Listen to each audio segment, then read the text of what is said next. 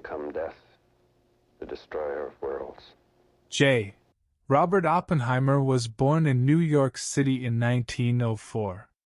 He was a brilliant student, and he excelled in mathematics and physics. He attended Harvard University, where he earned his bachelor's degree in physics in 1925. After graduating from Harvard, Oppenheimer went to Europe to study at the University of Cambridge and the University of Göttingen. He worked with some of the leading physicists of the day, including Niels Bohr and Max Born. In 1929, Oppenheimer returned to the United States and joined the faculty of the University of California, Berkeley. He quickly became one of the most respected physicists in the country.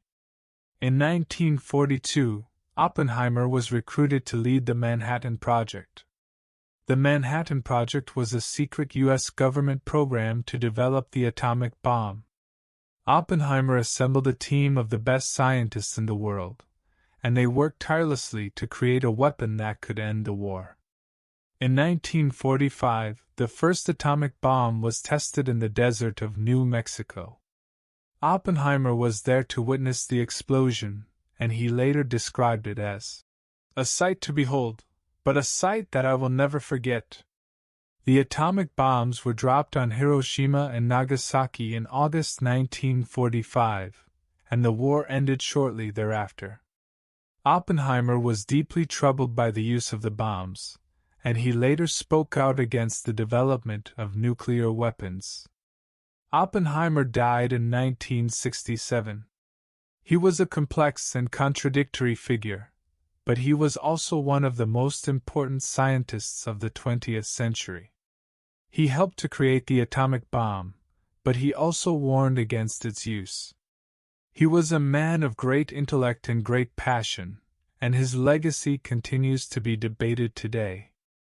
Conclusion: Oppenheimer's life was a study in contrasts. He was a brilliant scientist who helped to create the most destructive weapon in history. He was a man of great intellect and great passion, but he was also deeply troubled by the use of his creation. Oppenheimer's legacy is complex and contradictory. He is remembered as both a hero and a villain. He is a reminder of the power of science, and the responsibility that comes with it. We knew the world would not be the same. Few people laughed. Few people cried. Most people were silent. I remembered the line from the Hindu scripture, the Bhagavad Gita. Vishnu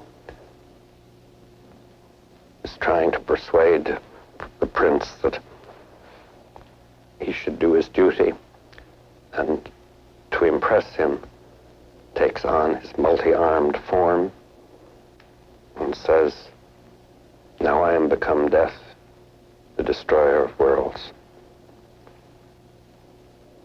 I suppose we all thought that one way or another.